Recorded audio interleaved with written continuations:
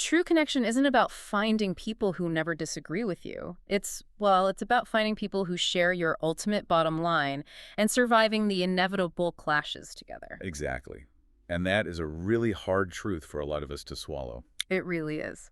Welcome, everyone, to another deep dive in our series, The Mind Key to the I Ching. I want you, the listener, to imagine for a second that you are standing out in a vast, dark wilderness at night. Oh, I love this imagery. It's so visceral. Right. So you've been out there alone for a while, it's freezing, and you finally managed to light a bonfire.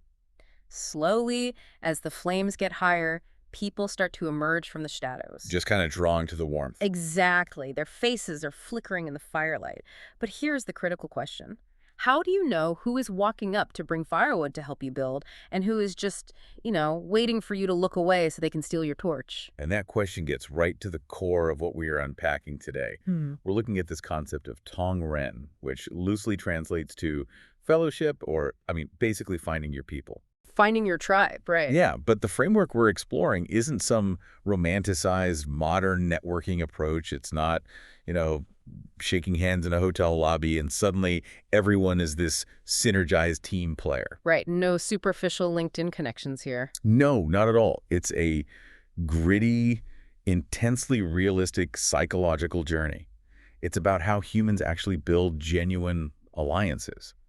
And it almost always begins right after a period of intense isolation or a major setback or just severe burnout. Which makes sense with the bonfire analogy. You are standing by that fire because the previous structure you relied on is totally gone. Exactly. You're starting from scratch. Now, for those of you who follow the I Ching, you're probably already familiar with the foundational elements here, which are Qian and Li, heaven and fire. Right. But if we're out in this dark field trying to figure out who to let near our camp, how do those two forces actually interact in this specific scenario? Well, the architecture, the thought process here is actually profound.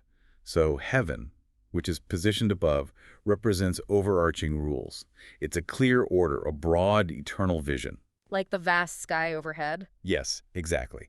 And then fire, positioned below on the ground, represents human inner drive. It's your burning passion, your biases, your hunger. Okay, so the sty and the flame. Right, but here is the mechanism that makes this so relevant. Fire is the only element that requires fuel to survive. Right. It's temporary and it's hungry. Heaven, on the other hand, is cold, vast, and eternal. I see. So the challenge is trying to align this really temporary, hungry human passion with a cold, eternal truth. Precisely the tension. Because it's not a transactional relationship where you're just trading favors. The individuals scattered out there in the dark, they start to recognize each other not because they have the exact same personality, Right. but because they are operating under the same sky, the same ultimate rules, and they share that internal heat. You're basically looking for a profound resonance of core values. I think about how this plays out in high-stakes environments today, like a classic startup scenario comes to mind. Oh, for sure. But I don't mean the sanitized venture capital pitch version. I'm talking about, a scrappy, desperate team working out of a cramped garage with maybe 3 months of runway left. The real trenches. Yeah, the trenches. So the heaven element there is their overarching vision to solve a massive problem. That's the sky they're looking up at. Yeah. But the fire is the obsessive, pizza-fueled passion keeping them awake at 3 a.m. It's a survival mechanism. And if those two things don't align, the company dies. The stakes in the ancient philosophy are always about survival, which makes that startup mirror highly accurate. Wow. And, because you are operating in a survival mode, hungry for connection after a failure or isolation, the massive psychological challenge is curbing your blind greed for just any company. Oh, that makes so much sense. When you're lonely, the urge is to just grab the first person who walks out of the dark and offer them a seat by the fire. Exactly. You just want someone there. Right. But how do we actually filter these people? Yeah, if I'm burned out and defensive, what is the mindset required to start building this fellowship without letting, an arsonist into the camp? Well, the philosophy lays out 3 core rules for the wilderness. And the first rule is breaking the curse of the circle. Breaking the curse of the circle. Okay. Right. You must willingly walk out into the open wilderness to find living water. The natural tendency is to stick to closed, familiar circles of acquaintances, mostly because they just require less energy to manage. It's easier. But a closed system eventually runs out of oxygen. You get stagnation, and you get clicks. Okay, I have to pause and push back on this a little bit on behalf of anyone listening who's exhausted, because framing comfort as a curse feels It feels a bit harsh. How so? Well, if you think about the biology of it, isn't it just human nature to retreat to our comfort zones, especially if we've just been through the ringer? Like, if I've just left a highly toxic workplace, surrounding myself with people who validate my feelings and make me feel safe, that seems like a necessary recovery phase. So why is seeking out a familiar, agreeable circle a trap?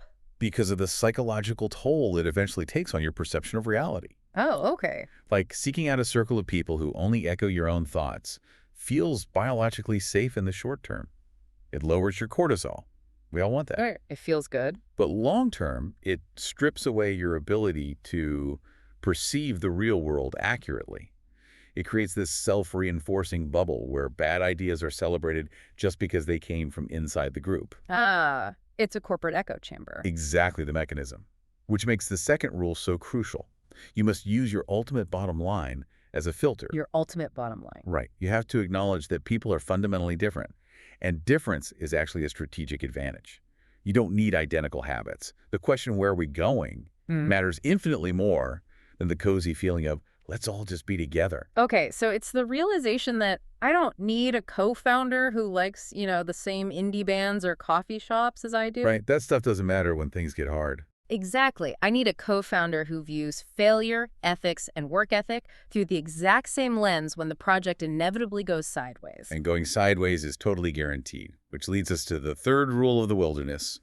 Face the inevitable clashes. Face the clashes, so lean into the conflict. Yes, because real trust is born from friction. We see this in modern team dynamics all the time. A team that relies on artificial harmony, where everyone smiles and nods during the meeting, but gossips by the water cooler afterward, they're building on a really weak foundation. Oh man, I have been in that exact office environment. It is exhausting. It is, and a polite team that has never practiced surviving conflict together, they will completely shatter the moment a real crisis hits. Okay, so theoretically, I totally understand the need to step out of the circle, find shared values, and embrace friction.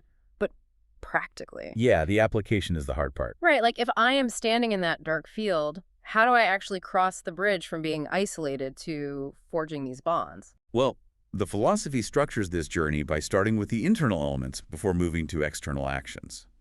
The lower trigram. The inner psychology. Exactly. The reason it maps out your internal psychology first, the fire element, is because fire consumes whatever it touches. Right. Oh, wow. Okay. If you haven't mastered your own internal heat, your biases, your traumas from past betrayals, you will just burn up every new connection you try to make before it even starts. That is a terrifying thought. So the very first step isn't about the other person at all. It's entirely about me. It is about receptivity. The initial phase, stage 1, is essentially opening your front door and walking outside with zero prejudice. Zero prejudice. Right. You're trying to listen to the people emerging from the shadows without projecting your whole history onto them. If you take this to a professional setting, it's like walking into an industry networking event and purely observing. Without assuming everyone wants something from you. Yes. You aren't sizing people up based on how your last boss treated you. You aren't scanning the room for threats. You are in a state of profound, confident listening. I mean, easier said than done, right? If my last business partner embezzled funds, my instinct isn't going to be profound listening. No, of course not. My instinct is to run a background check on literally anyone who hands me a business card, which I assume leads to the traps we set for ourselves early in the process. Exactly. The gravitational pull of our fears is immense, and the most common trap, stage 2, is retreating to the clan. Retreating to the clan, the echo chamber temptation. Right. You open the door, realize how cold and unpredictable the open market or the broader social world is, and you just retreat. Yeah. You only engage with people who are already bound to you by history or obligation. I see this constantly in family-run businesses or like really tight-knit legacy industries. They only hire from within a specific alumni network because it feels safe. And the consequence of that is total suffocation. Nepotism breeds, new ideas are treated as hostile invaders, and you basically trade long-term growth for short-term comfort. So if the echo chamber eventually suffocates you, you're forced to look outward again. But because you've been isolated, your first instinct still isn't trust. No, it is pure defensive paranoia. Stage 3. And this is perhaps the most fascinating psychological insight in the entire framework. Okay, tell me about stage 3. You step out of the clan, but you are hiding in the tall grass. Yeah. You have your weapons drawn. You are scouting from a hill, totally convinced everyone in the valley below is an enemy. Wow, that's intense. The ancient phrasing actually warns that you could be stuck in this defensive posture for years without rising. You just become paralyzed by the assumption of hostility. This maps so perfectly onto the concept of a corporate Cold War. Oh, absolutely. Walk me through that. Okay, so let's say you get it in your head that a coworker in a different department is trying to steal credit for your project. Right. The classic office paranoia. Yeah, so you stop talking to them directly. Every single email they send, you decipher it like it's hostile code. You spend massive amounts of physical and mental energy tracking their mistakes, saving screenshots, copying managers on routine updates. Yes. You are sitting in the tall grass with your weapons drawn, just waiting for an ambush. And what happens to your actual work while you were doing all of this? It suffers completely. You exhaust yourself fighting a ghost. But the tragic part is the other person notices this weird behavior. Which is exactly why paranoia becomes a self-fulfilling prophecy. When you radiate that kind of hostility, potential allies sense the drawn weapon. So what do? They draw theirs in response. Oh, man. You force the environment to become as dangerous as you imagined it to be. That is a chilling mechanism because then you feel vindicated. You're like, aha, they were out to get me. When in reality, you created the hostility. Exactly. So how do we break that cycle? How do we get out of the tall grass? Right. You have to physically put the issues on the table.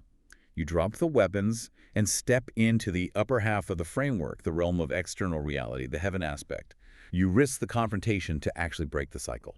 Okay, so we've mastered our internal fears enough to stop hiding, and now we are dealing with actual conflict. We are in the grinding phase of building an alliance. Yes, and the first test in this external reality stage 4 is rational restraint. Rational restraint. Imagine you have climbed the city wall. You are looking down at an opponent. You have the high ground. You are furious. Your grievances are completely legitimate, and you are fully prepared to launch an attack. Okay, I'm with you. But instead of attacking, you choose to hold back. It is the triumph of rational, long-term thinking over the immediate satisfaction of emotional destruction. That is such a vivid scenario. To translate that to a modern communication thing, it's the ultimate draft an angry 5-paragraph email to your boss, take a deep breath, and hit delete moment. Yeah, that is the perfect modern equivalent. Like, you have the exact piece of data, the exact email thread that proves the other person's incompetence. You could drop it on the table right then and obliterate their credibility. But the restraint here is realizing that winning this specific argument means flipping the whole table and sinking the ship you were both standing on. Exactly. And the psychological toll of holding back in that moment is immense. Yeah. Your ego is just screaming at you to hit send, to drop the trump card. Oh, absolutely screaming. But you choose the survival of the shared project over the validation of your ego. You step down from the wall. That requires an incredible amount of maturity. But what's the payoff? Like, if I swallow my pride and step down from the wall, where does that leave the relationship? Stepping down from that wall is actually the catalyst for the climax of the entire process. Stage 5. Resonance after the storm. Resonance after the storm. That sounds nice. The ancient text describes this moment so beautifully. It says, first crying, then laughing. First crying, then laughing. It describes the grueling process of overcoming massive obstacles, enduring severe misunderstandings, and pushing through deep resistance to finally meet your allies on the other side. It acknowledges that getting on the same page with another human being is often really painful. We want connection to be easy, but this is no. It requires tears first. Because the friction you thought was going to break the relationship is actually the material being forged. Wow. If you survive it, if you use that rational restraint and push through the misunderstanding, that friction becomes the weld that holds you together. It becomes the weld. Think about the people you trust the most in your professional or personal life. Is it the person you've only ever had pleasant small talk with over coffee? Or is it the person you had a massive, respectful, table-clearing disagreement with, and then you woke up the next day to fix the problem together? Oh, it's always the latter. The trust you have after you've tested the foundation and realized it won't crumble, it's totally unshakable. You have survived the fire together. Okay, so we've gone through the crucible, we've dropped our paranoia, we've exercised restraint, we've had the crying and the laughing, and we've forged this unbreakable core team. The fellowship is built. And that brings us to the final resolution of the framework, which is stage 6, a phase called peaceful distance. Wait, distance? After we just spent all this energy and survived the friction to forge these bonds, the ultimate goal is distance. That sounds completely counterintuitive. I know, but it is brilliant because it's grounded in human ecology. The imagery used here is meeting in the suburbs, away from the intense, bustling center of the city. Okay, meeting in the suburbs. Right. After the intense heat of forging your core alliances, this phase reminds you of reality. And the reality is not everyone is meant to be in your inner circle. Oh, I see. So the crucible of the previous stages, the crying and laughing, that is reserved for a select few. Yes. It is an audit of your social and professional network. You let the core people, the ones who share your absolute bottom line and survive the clashes with you, into the center of the city. But you graciously accept that some partners, some acquaintances, they just belong in the suburbs of your life. Man, this reframes so much of the guilt we feel about maintaining relationships. Right. Yeah, because we often feel like if a connection isn't incredibly deep, it's a failure. But this suggests that having a colleague you only grab lunch with twice a year and who you wouldn't invite to your wedding is actually a highly functional, successful dynamic. Exactly. Boundaries are a tool for peace, not a weapon of exclusion. If you try to drag everyone you meet at that bonfire into the absolute center of your life, demanding deep intimacy from people who only share a surface-level interest, the entire system collapses. That makes total sense. You will end up right back in the tall grass, exhausted, paranoid, and burned out. Healthy distance prevents forced intimacy, which in turn prevents future betrayals. It creates long-lasting, sustainable alliances. So, what does this blueprint ultimately offer you, the listener, as you navigate your own wilderness? The guide to finding your people isn't a fairy tale about instant harmony. It is a highly practical, demanding architecture for a builder. It demands that you recognize your own internal traps. The urge to hide in an echo chamber of people who just tell you what you want to hear. The trap of exhausting yourself with workplace paranoia. Right. It requires the maturity to bite your tongue, hold back your trump card, and prioritize the shared vision over a momentary victory for your ego. And it promises that if you navigate that friction, you get to experience the profound relief of laughing with the allies who survived the fire with you. Yeah. All while maintaining the wisdom to leave some relationships peacefully in the suburbs. You transition from being a reactive survivor in the dark to becoming an intentional architect of your community. An intentional architect, that is a really powerful place to land. So as we wrap up today's deep dive, we want to leave you with a thought to mull over as you navigate your own week. Yeah, think about your current friction points. Exactly. Think about the person in your life or your work who is causing you the most friction right now, the one you are constantly clashing with. What if they aren't actually your enemy? What if instead this conflict is the fiery crucible testing the weld of a future unshakable alliance? It changes everything when you look at it that way. It really does. Think about it next time you're standing by the bonfire. Thanks for joining us, and I'll see you next time.